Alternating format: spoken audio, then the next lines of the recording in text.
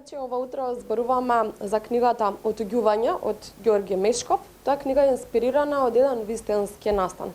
Со мене е и писателот кој што има напишано оваа книга, но и господинот кој што беше инспирација за да напишата книгата. Добро утро за господин Бранко и Ѓорѓе.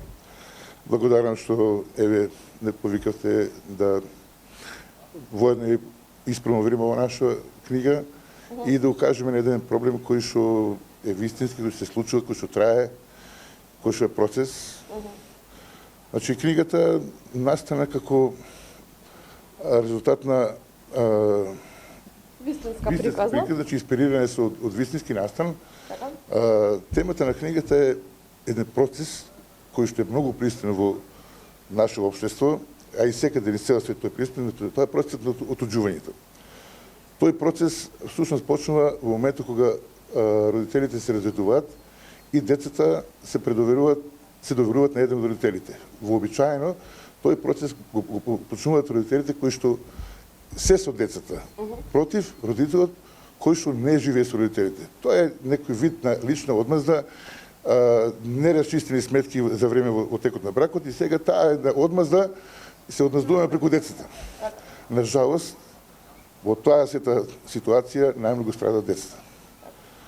Процесот книгата фактички ги офаќа сите тие методи со кои што се служат отуѓувачите. Значи, методи се разновидни. Од почетокот се почна со обструирање на средбите, предвидени со законство и со решение на центри за социјални работи.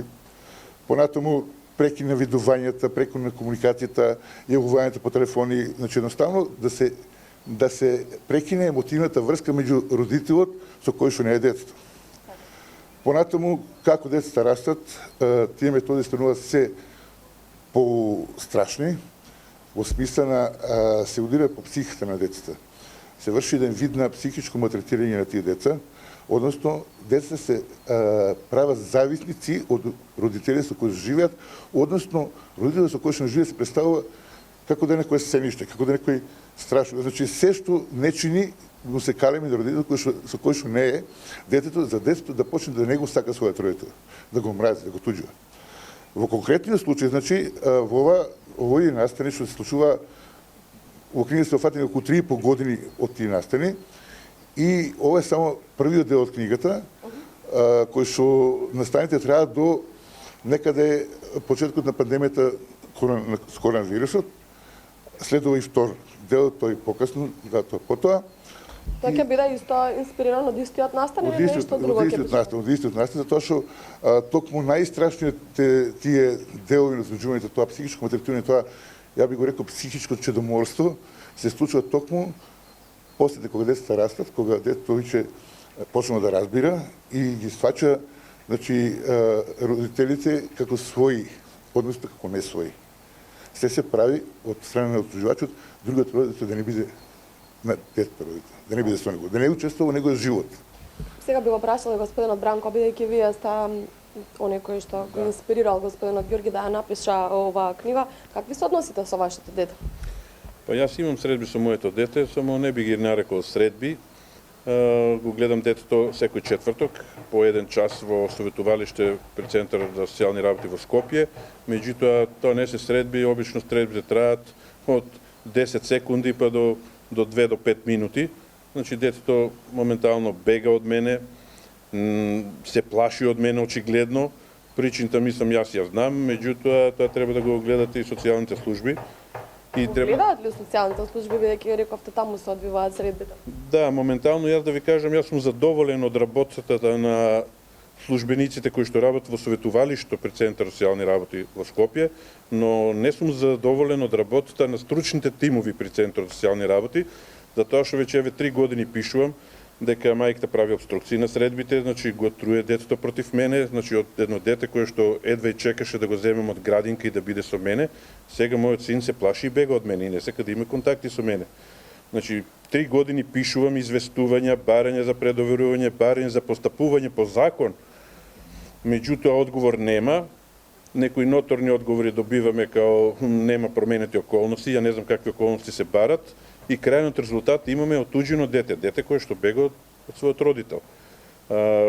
Барав да се постапи согласно законот, затоа што ние имаме се на располагање освен време. Затоа и законодавецот предвидел временски рокови, ако нема во закон за семејство, ако нема две средби одржани меѓу детето и родителот со кој што не живее, детето времено се доверува до 2 недели кај другиот родител. Меѓутоа, ако повеќе од 2 месеца нема нормални средби, значи се врши предоверување на детето кај другиот родител. Меѓутоа, од страна на Центар социјални работи Скопје, поточно стручните тимови не се постапува по тие, значи имам поднесено неколку и кривични пријави согласно законот, затоа што не работат на време. Значи, времето е најбитен фактор во овакви случаеви, бидејќи времето не можеме да го вратиме назад. Кога ќе дојде више до отуѓување на детето, више е доцна.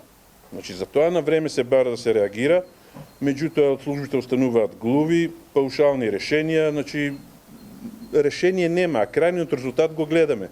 Они као цело време нормално со законот не праќат на советувалиште, ни се објаснува како треба, што треба, значи детето треба да има двајца родители, меѓутоа тоа само е онака на збор, што би рекол јас, на зборови и само напишу на хартија, меѓутоа во пракса не се работи по закон и мислам крајниот резултат се гледа по самото дете.